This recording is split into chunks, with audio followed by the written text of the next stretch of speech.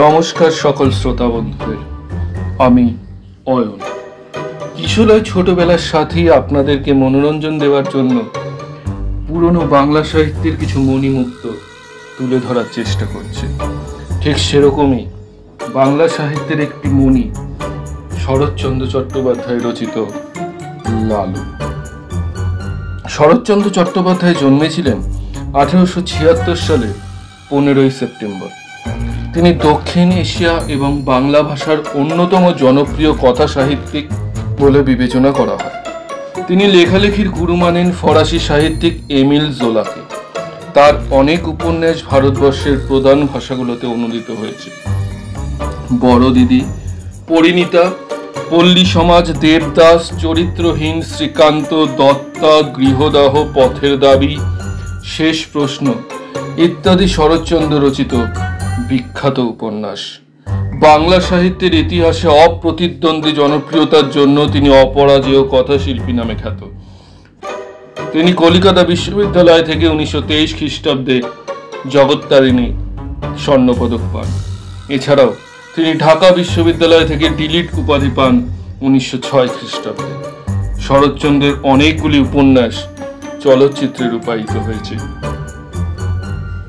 1938 সালের 16 জানুয়ারি এই মহান সাহিত্যকার মৃত্যুবরণ করেন।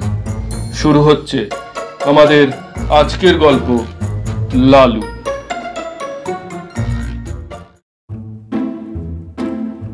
ছেলেবেলায় আমার এক বন্ধু ছিল, তার নাম লালু।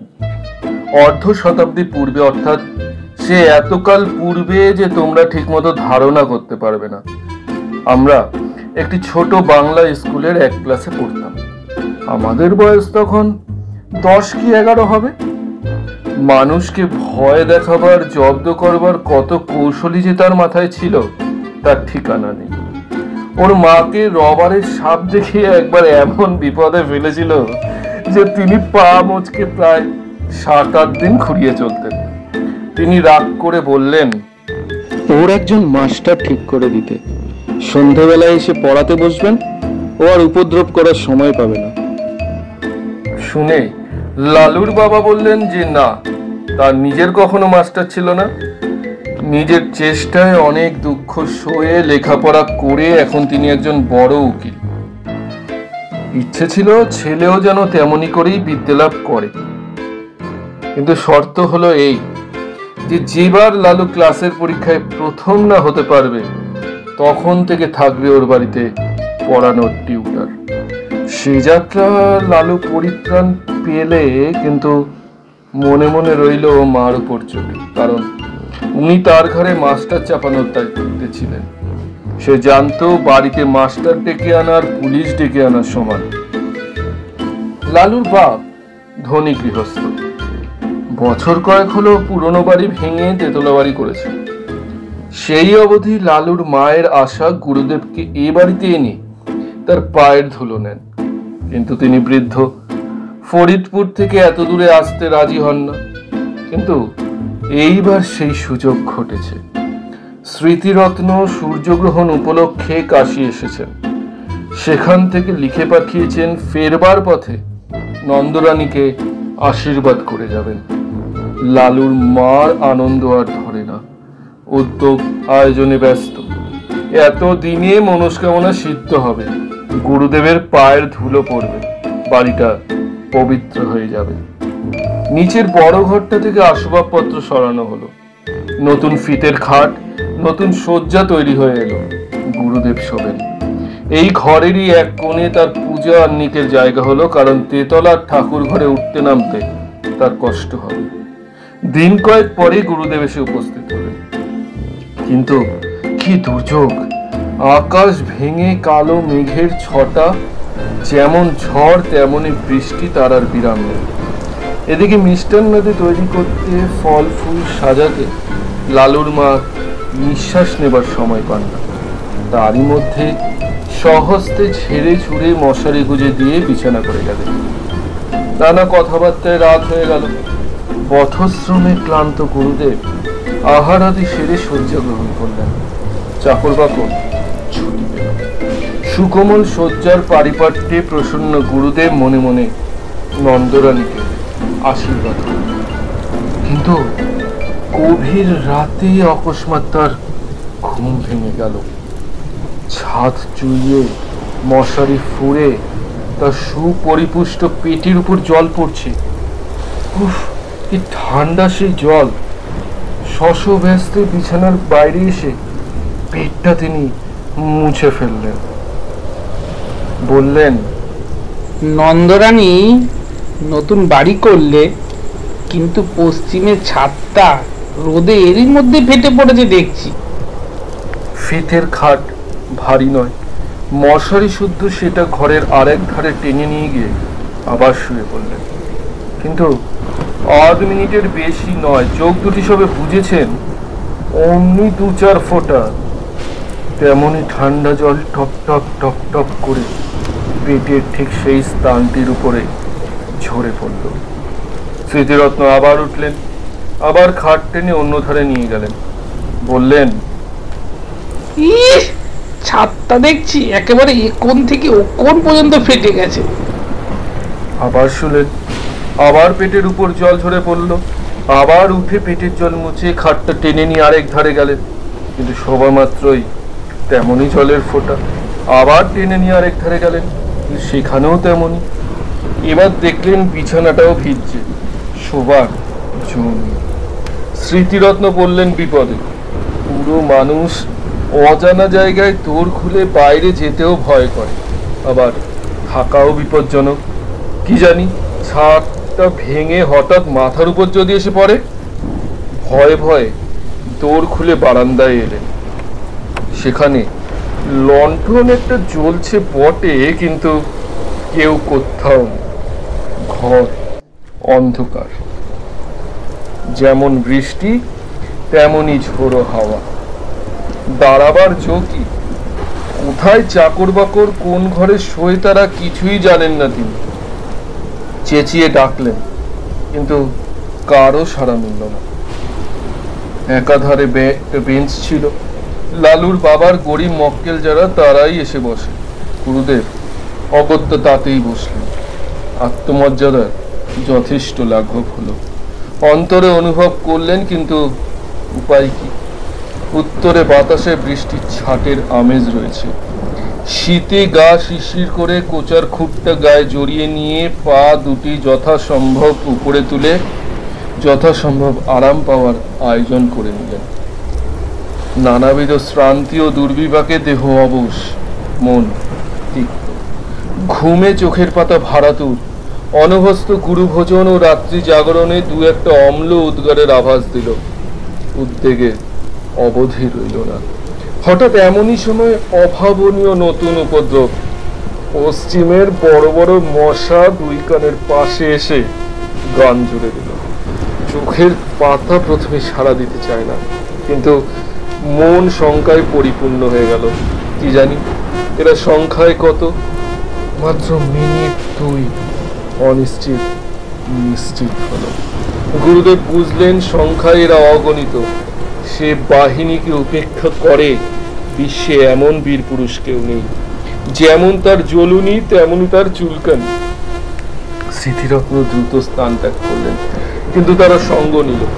ঘরের মধ্যে জলের জন্য যেমন, ঘরের বাইরে মশার জন্য তেমন। হাত পায়ের নিরন্তর আক্ষেপে, গামছার সঘন সঞ্চালনে কিছুতেই তাদের আক্রমণ প্রতিহত করা যায় না। স্মৃতিরত্ন এপাশ থেকে ওপাশে ছুটে বেড়াতে লাগলেন। শীতের মধ্যেও তার গায়ে ঘাম। ইচ্ছে হলো ডাক ছেড়ে চেঁচান, কিন্তু নিতান্ত বালকোচিত হবে ভেবে বিরত রইলেন। কল্পনায় দেখলেন নন্দরানী সুকোমল শয্যায় মশারির মধ্যে আরামে নিদ্রিত। বাড়ির যে যেখানে আছে পরম নিশ্চিন্তে সুপ্ত। শুধু তার ছুটোছুটিরই বিরাম নেই। কোথাকার ঘড়িতে 4টে বাজল। বললেন, নে বেটারা নে, যত পারিস কামড়া, আমি আর পারিনি। বলেই বারান্দার একটা কোণে পিঠের দিকটা যতটা সম্ভব বাঁচিয়ে ঠেস দিয়ে বসে পড়লেন। বললেন, সকাল পর্যন্ত যদি প্রাণটা থাকে তো এই দুর্ভাগা দেশে আর না। যে গাড়ি পাবো সেই গাড়িতেই দেশে পালাবো। কেন যে এখানে আসতে মন চাইতো না তার কারণটা বোঝা গেল। দেখতে দেখতে সর্বসন্তপহর নিদ্রায় তার সারা রাত্রির সকল দুঃখ মুছে দিল। স্মৃতিরত্ন অচেতন প্রায় ঘুমিয়ে পড়লেন। এদিকে নন্দরানী ভোর না হতেই উঠেছেন। গুরুদেবের পরিচর্যায় লাগতে হবে। রাত্রে গুরুদেব জলযোগ মাত্র করেছেন, যদিও তা গুরুতর, তবু মনের মধ্যে ক্ষোভ ছিল, খাওয়া তেমন ভালো হয়নি। আজ দিনের বেলা নানা উপাচারে তা ভরিয়ে তুলতে হবে। নিচে নেমে এলেন, দেখেন দূর খোলা। গুরুদেব তার আগে উঠেছেন ভেবে একটু লজ্জা বোধ হলো। ঘরের মধ্যে মুখ বাড়িয়ে দেখেন তিনি নেই। কিন্তু একই ব্যাপার, দক্ষিণ দিকের খাট, উত্তর দিকে তার ক্যাম্বিসের ব্যাগটা জানলা ছেড়ে মাঝখানে নেমেছে। কোষাকুষি, আসন প্রভৃতি পূজা আহ্নিকের জিনিসপত্রগুলো সব এলোমেলো, স্থানভ্রষ্ট। কারণ কিছুই বুঝলেন না। বাইরে এসে চাকরদের ডাকলেন, তারা কেউ তখনও ওঠেনি। তবে একলা গুরুদেব কোথায় গেলেন? হঠাৎ দৃষ্টি পড়ল, ওটা কি এক্ষুনি আলো অন্ধকারে মানুষের মতো কি একটা বসে না?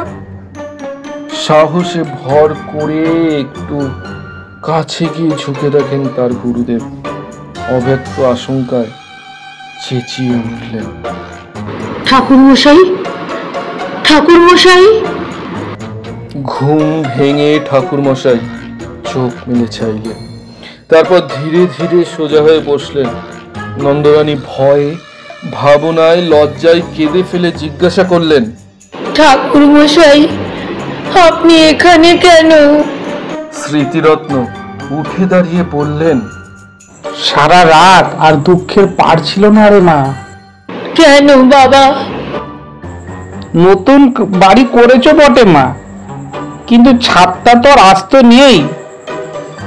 সারা রাতে বৃষ্টি বাদল তো আর বাইরে পড়েনি, পড়েছে আমার ওপর। খাট টেনে যেখানেই যাই সেখানেই জল পড়ে। পাছে ছাদ ভেঙে আমার মাথায় পড়ে, তাই বাইরে পালিয়ে এলাম। কিন্তু তাতে কি আর রক্ষে আছে রে মা? পঙ্গপালের মতন ডাঁশ মশা ঝাঁকে ঝাঁকে সমস্ত রাত্রি যেন ছুপলে খেয়েছে। এধার থেকে ছুটে ওধারে যাই, ওধার থেকে ছুটে এধারে আসি। গায়ে রক্ত আর্ধেক হয়ে গেল বোধ হয়। বহু প্রয়াস, বহু সাধ্য সাধনায় ঘরে আনা বৃদ্ধ গুরুদেবের অবস্থা দেখে নন্দরানীর দুচোখ অশ্রু সজল হয়ে উঠল। বললেন, কিন্তু বাবা, বাড়িটা যে তেতলা, আপনার ঘরের উপর আরো যে দুটো ঘর আছে, বৃষ্টির জল তিনটে ছাদ ফুঁড়ে নামবে কি করে? কিন্তু বলতে বলতেই তার সহসা মনে হলো এ হয়তো ওই শয়তান লালুর কোনো রকম শয়তানি বুদ্ধি। ছুটে গিয়ে বিছানা হাতড়ে দেখেন মাঝখানে চাদর অনেকখানি ভিজে এবং মশারি বেয়ে ফোঁটা ফোঁটা জল ঝরছে। তাড়াতাড়ি নামিয়ে নিয়ে দেখতে পেলেন ন্যাকড়ায় বাঁধা এক চাঙড় বরফ। সবটা গলেনি, তখনও এক টুকরো বাকি আছে। পাগলের মতো ছুটে বাইরে গিয়ে চাকরদের যাকে সামনে পেলেন চেঁচিয়ে হুকুম দিলেন, হারামজাদা, লেলু কোথায়? কাজকর্ম চুলোয় জাগে, বজ্জাতটাকে যেখান থেকে পাবি মারতে মারতে ধরে আন। লালুর বাবা সেই মাত্র নিচে নামছিলেন। স্ত্রীর কাণ্ড থেকে হতবুদ্ধি হয়ে গেলেন। কি কাণ্ড করছো? নন্দরানী কেঁদে ফেলে বললেন, হয় তোমার ওই লেলোকে বাড়ি থেকে তাড়াও, না হয় আজই আমি গঙ্গায় ডুবে এই মহাপাতকের প্রায়শ্চিত্ত করব। কি করলে সে? বিনা দোষে গুরুদেবের দশা কি করেছে চোখে দেখো গে। তখন সবাই গেলেন ঘরে। নন্দরানী সব বললেন, সব দেখালেন। স্বামীকে বললেন, এ দোষী ছেলেকে নিয়ে ঘর করবো কি করে? তুমি বলো। গুরুদেব ব্যাপারটা সমস্ত বুঝলেন। নিজের নির্বুদ্ধিতায় বৃদ্ধ হা হা করে হেসে ফেললেন। ও লালুর বাবা আরেক দিকে মুখ ফিরিয়ে দাঁড়িয়ে রইলেন। চাকররা এসে বলল, লালু বাবু কঠিনে নেই। আরেকজন এসে জানালো, লালু বাবু তো মাসিমার বাড়িতে বসে খাবার খাচ্ছে, মাসিমা তাকে আসতে দিলেন না। মাসিমা মানে নন্দর ছোট বোন, তার স্বামীও ওকে, সে অন্য পাড়ায় থাকে। এরপরে লালু দিন 15 আর এবারে ত্রিসীমানায় পা দিল না।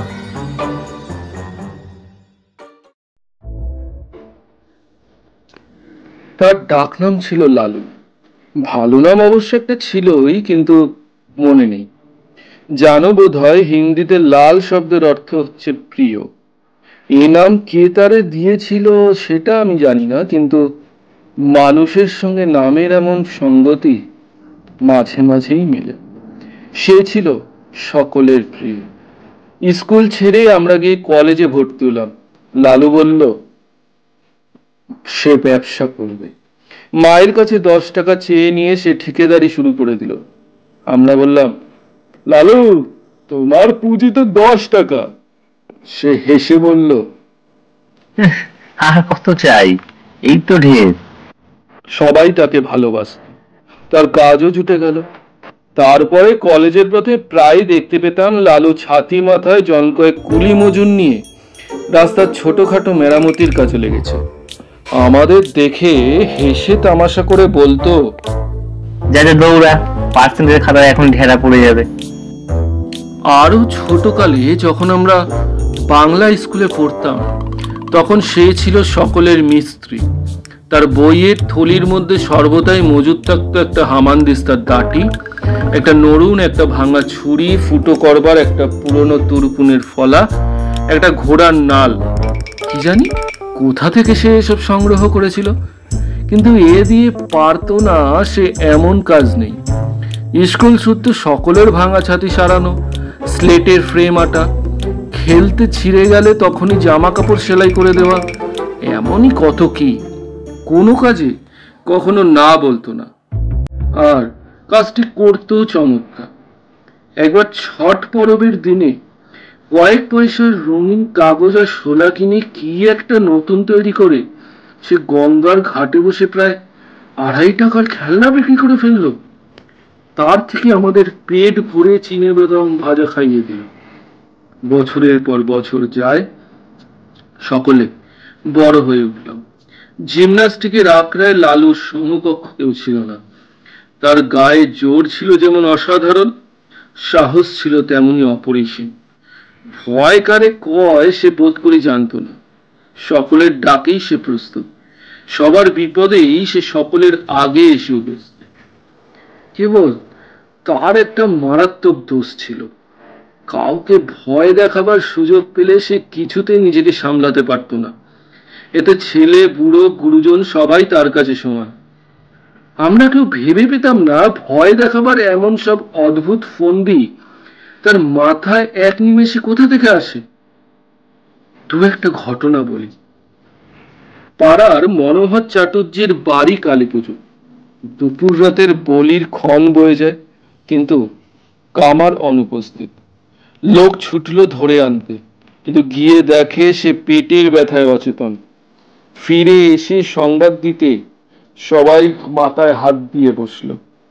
উপায়, এত রাত্রে ঘাতক মিলবে কোথায়? দেবীর পুজো পণ্ড হয়ে যায় যে।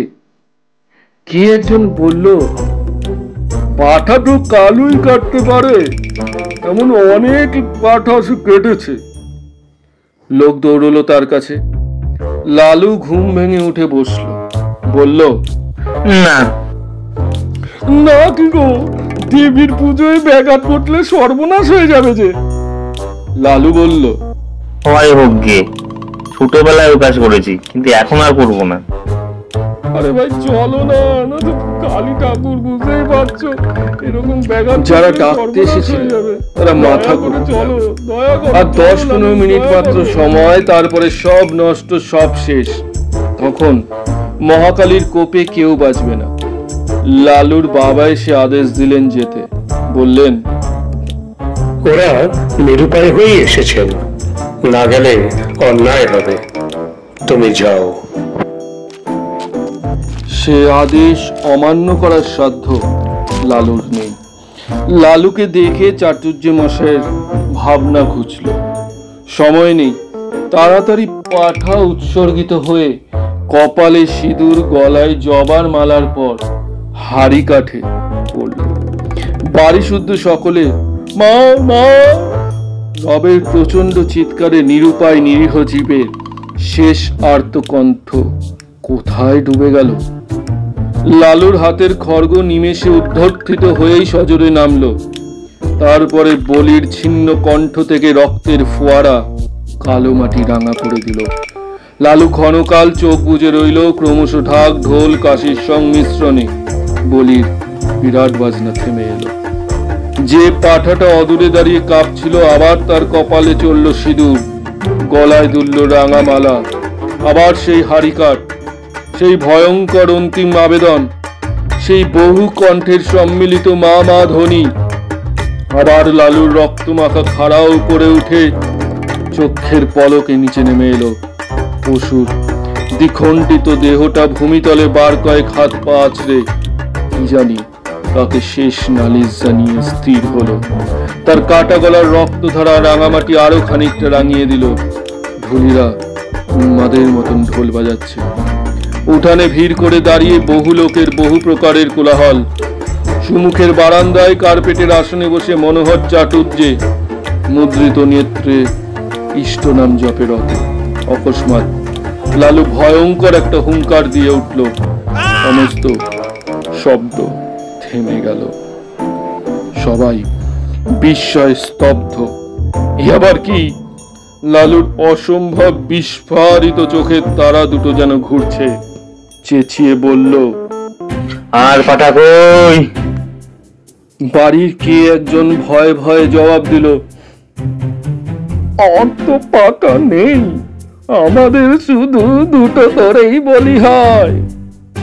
লালু তার হাতের রক্ত মাখা খাড়াটা মাথার উপরে বার দুই ঘুরিয়ে ভীষণ কর্কশ কণ্ঠে গর্জন করে উঠল, নেই পাঠা, সে হবে না, আমার মাথায় খুন চেপে গেছে। দাও পাঠা, নইলে আমি যাকে পাবো ধরে নরবলি দেব। মা মা, জয় কালী। বলেই একটা মস্ত লাফ দিয়ে এসে হাড়ি কাঠের এদিক ওদিকে গিয়ে পড়ল। তার হাড়ের খাড়া তখন বনবন করে ঘুরছে। তখন যে কাণ্ড ঘটলো ভাষায় বর্ণনা করা যায় না। সবাই একসঙ্গে ছুটলো সদর দরজার দিকে, পাছে লালু ধরে ফেলে। পালাবার চেষ্টায় বিষম ঠেলাঠেলি হুড়োমুড়িতে সেখানে যেন দক্ষযজ্ঞ ব্যাপার বেঁধে গেল। কেউ পড়েছে গড়িয়ে, কেউ হামাগুড়ি দিয়ে কারোর পায়ের ফাঁকের মধ্যে দিয়ে মাথা গলিয়ে বেরোবার চেষ্টা করছে। কারোর গলা, কারোর কবলের চাপের মধ্যে পড়ে দম আটকাবার মতো হয়েছে। একজন আরেকজনের ঘাড়ের উপর দিয়ে পালাবার চেষ্টায় ভিড়ের মধ্যে মুখ থুবড়ে পড়েছে, কিন্তু এই সব মাত্র মুহূর্তের জন্য। তারপরেই সমস্ত ফাঁকা। লালু গর্জে উঠল, মনোহর চাটুর্য কই? পুরুত গেল কোথায়? পুরুত রোগালো। সে গন্ডগোলের কারণে আগেই গিয়ে লুকিয়েছে প্রতিমার আড়ালে। গুরুদেব কুশাসনে বসে চণ্ডীপাঠ করছিলেন।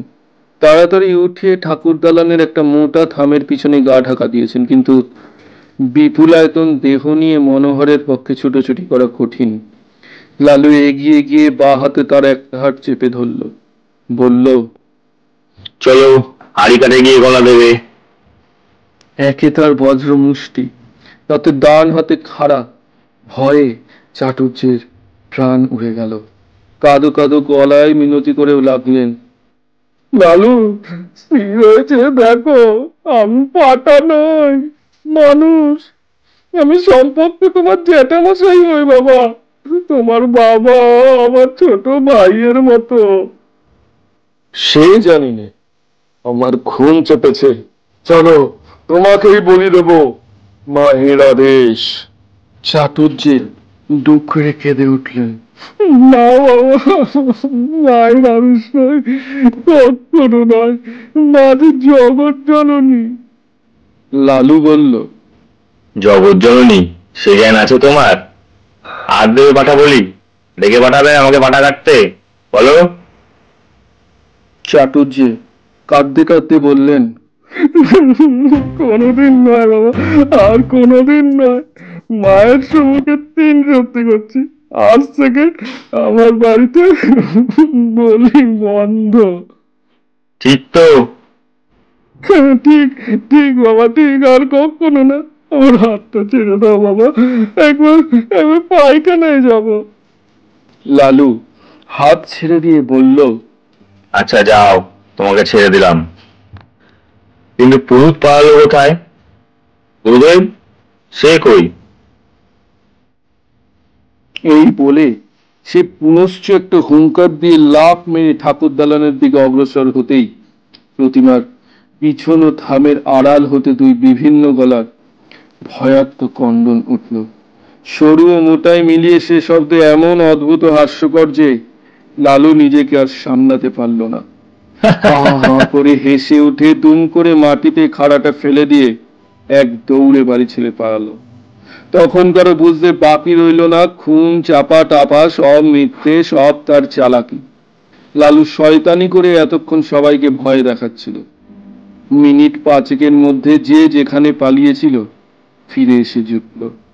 ঠাকুরের পুজো তখনও বাকি, তাতে যথেষ্ট বিঘ্ন ঘটেছে এবং মহা হইচই কলরবের মধ্যে চাটুর্যে মশাই সকলের সম্মুখে বারবার প্রতিজ্ঞা করতে লাগলেন, ওই বজ্জাত ছোড়াটাকে যদি নকল সকালে ওর বাপকে দিয়ে 50 ঘা জুতো খাওয়াই, তো আমার নামই মনোহর চাটুর্যে নয়। কিন্তু জুতো তাকে খেতে হয়নি। ভোরে উঠেই সে যে কোথায় পালালো 7-8 দিন কেউ তার খোঁজ পেল না।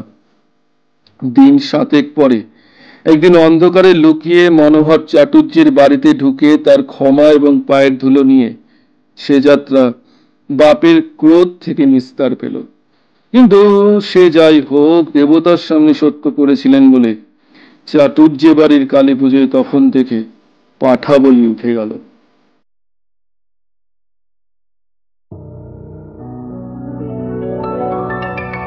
আমাদের শহরে তখন শীত পড়েছে, হঠাৎ কলেরা দেখা দিল। তখনকার দিনে ওলা উঠার নামে মানুষে ভয়ে হতজ্ঞান হতো। কারো কলেরা হয়েছে শুনতে পেলে সে পাড়ায় মানুষ থাকতো না। মারা গেলে দাহ করার লোক মেলা দুর্ঘট হতো। কিন্তু সে দুর্দিনেও আমাদের ওখানে একজন ছিলেন যার কখনো আপত্তি ছিল না। গোপাল খুড়ো তার নাম। তার জীবনের ব্রত ছিল মরা পোড়ানো। কারো অসুখ শক্ত হয়ে উঠলে তিনি ডাক্তারের কাছে প্রত্যহ সংবাদ নিতেন। আশা নেই শুনলে খালি পায়ে গামছা কাঁধে তিনি ঘন্টা 2 পর্বেই সেখানে গিয়ে উপস্থিত হতেন। আমরা জন কয়েক ছিলাম তার চেলা। মুখ ভার করে বলে যেতেন, ওরে আজ রাত্রিটা একটু সতর্ক থাকিস, ডাকলে যেন সাড়া পাই। রাজদ্বারে শ্মশানে চ, শাস্ত্র বাক্যটা মনে আছে তো? আগে আছে বই কি, আপনি ডাক দিলেই গামছা সমেত বেরিয়ে পড়বো। বেশ বেশ, এই তো চাই। এর চেয়ে পুণ্যকর্ম আর সংসারে নেই। আমাদের দলের মধ্যে ছিল লালুও একজন। ঠিকাদারির কাজে বাইরে না গেলে সে কখনো না বলতো না। সেদিন সন্ধেবেলা বিষণ্ণ মুখে খুঁড়ো এসে বললেন, বিষ্ণু পণ্ডিতের পরিবারটা বুঝি আর রক্ষা পেলে না রে? সবাই চমকে উঠলাম।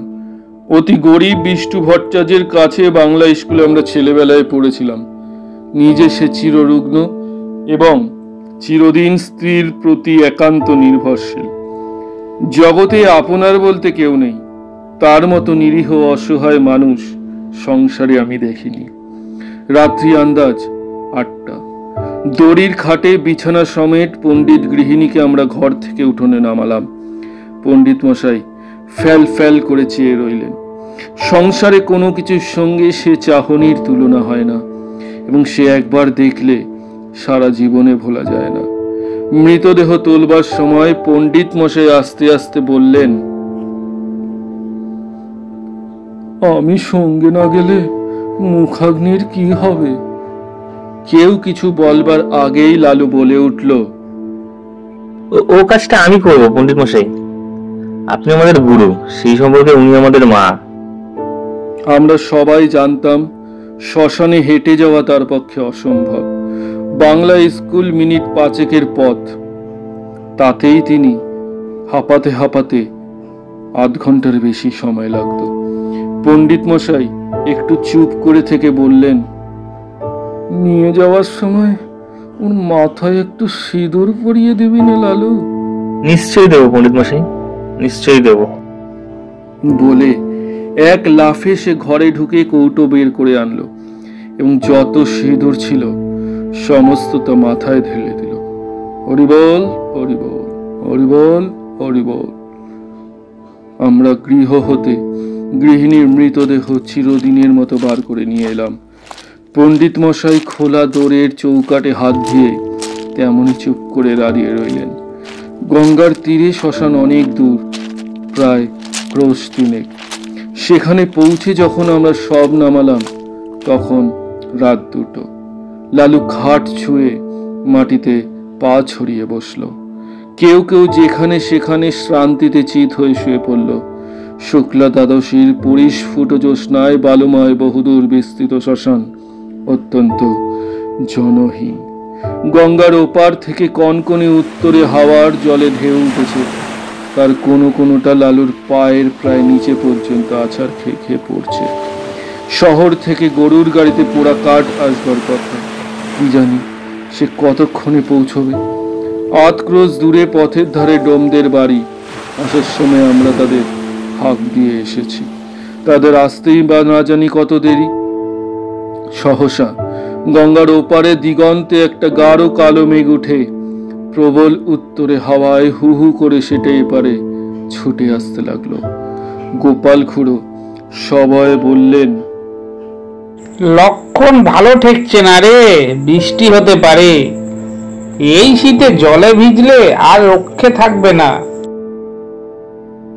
কাছে আশ্রয় কোথাও নেই, একটা বড় গাছ পর্যন্ত না। কত দূরে ঠাকুর বাড়ির আম বাগানে মালিদের ঘর আছে বটে, কিন্তু অতখানি ছোটা তো সহজ নয়। দেখতে দেখতে আকাশ গেল ছেয়ে, চাঁদের আলো ডুবলো অন্ধকারে। ওপার থেকে বৃষ্টি ধারার শোষ শব্দ এলো কানে। ক্রমশ সেটা নিকটতর হয়ে উঠল। আগাম 2-10 ফোঁটা সকলেরই গায়ে এসে পড়ল তীরের মতো। কি করি ভাবতে ভাবতেই মুষলধারায় বৃষ্টি নেমে এলো। মরা রইল পড়ে। প্রাণ বাঁচাতে কে যে কোথায় ছুট দিল তার ঠিক ঠিকানা নেই। জল থামলে ঘন্টা কানেক পরে একে একে সবাই ফিরে এলাম।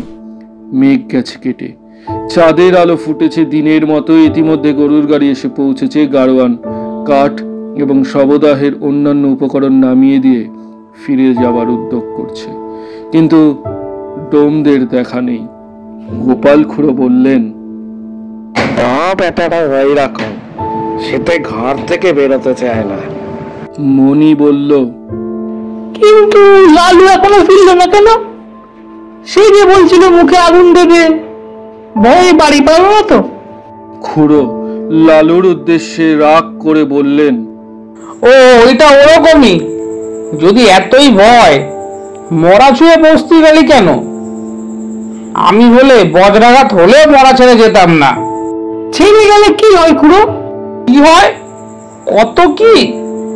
শ্মশান ভূমি কি না? শ্মশানে একা বসে থাকতে আপনার ভয় করতো না? ভয় আমার?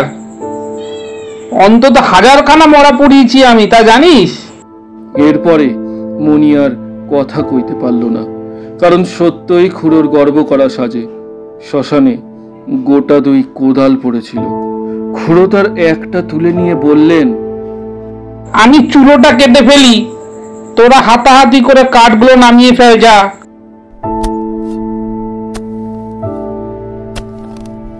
খুড়ো চুলি কাটছেন, আমরা কাঠ নামিয়ে আনছি। নুরু বলল, আচ্ছা মরাটা ফুলে যেন দুগুণ হয়েছে না?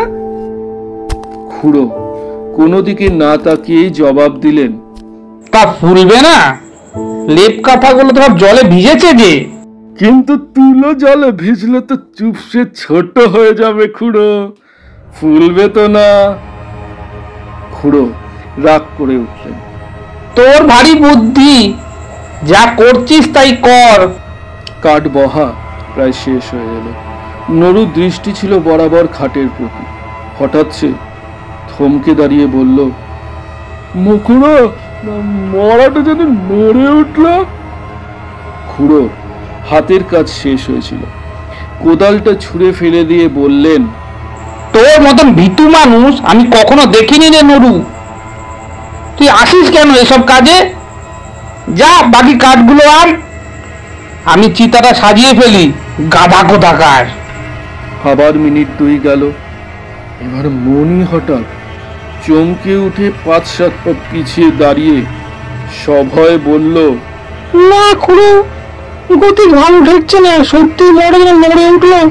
খুড়ো এবারে হা হা করে হেসে বললেন, তোরা ছোড়ার দল, আমাকে ভয় দেখাবি যে হাজারের উপর মরা পড়েছে তাকে? নরু বলল, ওই দেখুন আবার নড়ছে। খুড়ো বললেন, হ্যাঁ নড়ছে, ও তো এতকে খাবে বলে। মুখের কথাটা তার শেষ হলো না, অকস্মাৎ লেপ কথা জড়ানো মরা হাঁটু গেড়ে খাটের উপর বসে ভয়ঙ্কর বিশ্রী খোনা গলায় চেঁচিয়ে উঠল, না না, নরুকে না, গোপালকে খাবো। ওরে বাবা রে, আমরা সবাই মারলাম ঊর্ধ্বশ্বাসে দৌড়। গোপাল খুড়োর সম্মুখে ছিল কাঠের স্তূপ, তিনি উপরের দিকে আমাদের পিছনে ছুটতে না পেরে ছাপিয়ে গিয়ে পড়লেন গঙ্গার জলে। সেই কনকনে ঠান্ডা এক বুক জলে দাঁড়িয়ে চেঁচাতে লাগলেন, ভূতে খেয়ে ফেললো বাবা, রাম রাম রাম রাম। এদিকে সেই ভূত তখন মুখে ঢাকা ফেলে দিয়ে চেঁচাতে লাগলো, ওরে নির্মল, ওরে মনি, ওরে নরু, পালাস নি রে, আমি লালু, ফিরে আয় ফিরে আয়। লালুর কণ্ঠস্বর আমাদের কানে পৌঁছল। নিজেদের নির্বুদ্ধিতায় অত্যন্ত লজ্জা পেয়ে সবাই ফিরে এলাম। গোপাল খুড়ো শীতে কাঁপতে কাঁপতে ডাঙায় উঠলেন। লালু তার পায়ের ধুলো নিয়ে সলজ্জে বলল, সবাই জলের ভয়ে পালালো, কিন্তু আমি মরা ছেড়ে যেতে পারলাম না, তাই লেপের মধ্যে গিয়ে ঢুকে পড়েছিলাম। খুড়ো বললেন, তা বেশ করেছিলে বাবা, খাসা বুদ্ধি করেছিলে। এখন যাও, ভালো করে গঙ্গা মাটি মেখে চান করে আসো গিয়ে। এমন শয়তান ছেলে আমি জন্মেও দেখিনি বাবা। তিনি কিন্তু মনে মনে তাকে ক্ষমা করলেন। বুঝলেন এত বড় ভয় শূন্যতা তার পক্ষেও অসম্ভব। এই রাতে একাকী শ্মশানে কলেরার মরা, কলেরার বিছানা, এসব সে গ্রাহ্যই করল না। মুখে আগুন দেবার কথায় খুড়ো আপত্তি করলেন, না, সে আর হতে দেব না। ওর মা শুনতে পেলে আর আমার মুখ দেখবেন না। শবদাহ সমাধা হলো। আমরা গঙ্গায় স্নান সেরে যখন বাড়ি ফিরলাম, তখন সেই মাত্র সূর্যোদয় হয়েছে। শুনছিলেন লালু, রচনা শরৎচন্দ্র চট্টোপাধ্যায়। গল্প পাঠে কথকের ভূমিকায় আমি অয়ন, লালুর ভূমিকায় দীপঙ্কর, স্মৃতিরত্ন ঠাকুরমশাইয়ের ভূমিকায় অঙ্কিত, লালুর মার ভূমিকায় মহুয়া, লালুর বাবার ভূমিকায় রাজাদিত্য, গোপাল খুড়োর ভূমিকায় অঙ্কিত, মনির ভূমিকায় দীপঙ্কর, মনোহর চ্যাটার্জি ও পণ্ডিত মশাইয়ের ভূমিকায় অয়ন, নরুর ভূমিকায় অয়ন। শব্দগ্রহণ, সঙ্গীত সংযোজন এবং পোস্টার ডিজাইনে অয়ন। নির্দেশনায় টিম ইশলয়। নিজেদের গল্প পাঠান ডেসক্রিপশনে দেওয়া আমাদের মেল আইডিতে। আমাদের সাথে জুড়ে থাকুন ফেসবুক এবং ইনস্টাগ্রামেও, লিংক ডেসক্রিপশনে। ধন্যবাদ, সাথে থাকবেন। আরো অনেক রহস্য, ভৌতিক, কৌতুক, অলৌকিক গল্প আপনাদের আমরা শোনাবার জন্য প্রস্তুত। দেখা হবে আগামী গল্পে। আজকের মতো বিদায়।